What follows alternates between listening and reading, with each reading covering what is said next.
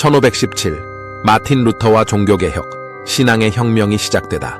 서기 1517년 유럽은 종교와 권력의 압박 속에서 갈등과 혼란의 시대를 겪고 있었습니다.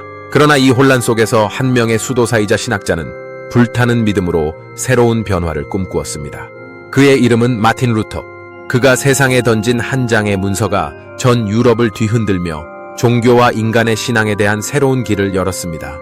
지금부터 그 뜨거운 개혁의 여정을 따라가 봅시다. 마틴 루터, 1483년 독일 아이슬레벤에서 태어난 이 수도사는 처음에는 신앙과 구원의 문제에 대한 깊은 고민 속에서 평범한 종교 생활을 이어갔습니다. 그러나 시간이 흐르면서 그는 당시 가톨릭 교회의 부패와 교리가 진정한 신앙을 가로막고 있다고 느끼게 됩니다.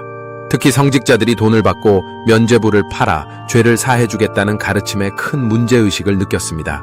면죄부는 교회가 제시한 구원의 조건이었으나 사실상 교회의 재정적 욕심을 채우기 위한 수단으로 악용되고 있었고, 가난한 신자들은 큰 부담을 느끼며 신앙의 본질을 잃어가고 있었습니다. 1517년 10월 31일 루터는 독일 비텐베르크 성교회의 문에 95개의 반박문, 즉 95개 조항을 게시합니다. 이 문서는 면죄부의 판매와 교회 권위에 대한 비판을 담고 있었고, 루터의 확신과 신앙의 깊은 고민이 녹아 있었습니다. 그가 던진 이 문서는 단순한 불만을 넘어 종교의 본질에 대한 의문을 던졌고, 교회가 구원을 팔 수 있는지를 의심하게 만들었습니다. 루터는 믿음만이 인간을 구원할 수 있다고 주장하며, 구원은 신과 개인의 직접적인 관계를 통해 얻어지는 것이라고 강력히 설파했습니다. 이는 당시 교회가 주장하던 중개자의 역할을 완전히 무너뜨리는 발언이었기에 큰 논란을 일으켰습니다. 루터의 이 95개 조항은 곧 유럽 전역에 퍼지게 되었고, 이는 인쇄술의 발달 덕분이었습니다. 구텐베르크가 발명한 인쇄술은 당시의 새로운 기술로 빠르게 정보를 전파하는 데 기여했습니다.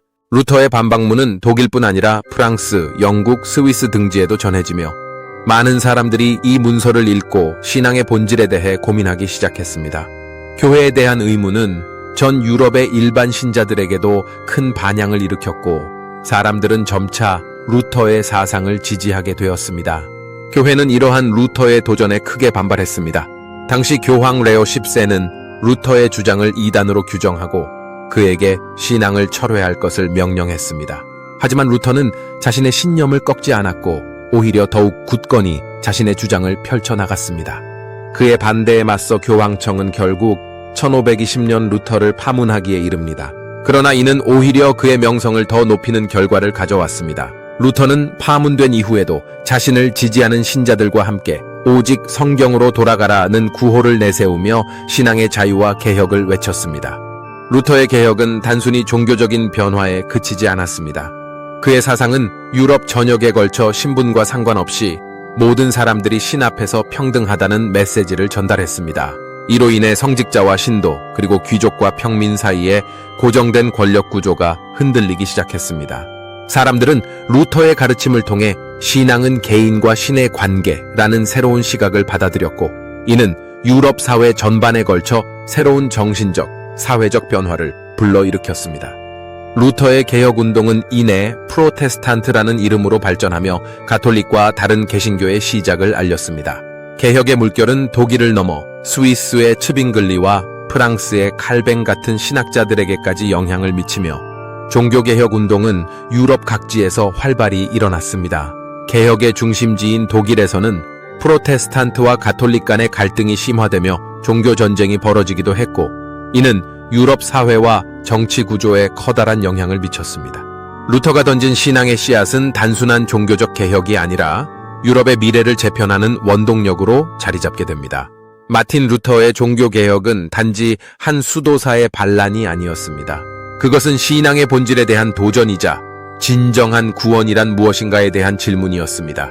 그의 용기와 신념이 유럽 전역에 변화를 일으켰고, 그로 인해 신앙의 자유와 평등이라는 가치가 새롭게 자리 잡게 되었습니다.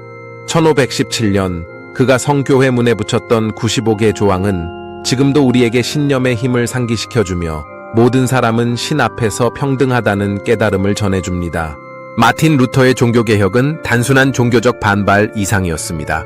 이는 유럽 사회의 새로운 가치와 자유에 대한 열망을 불러일으켰고, 개혁 정신을 통해 개인과 사회의 변화를 이끌어낸 혁명적인 사건이었습니다.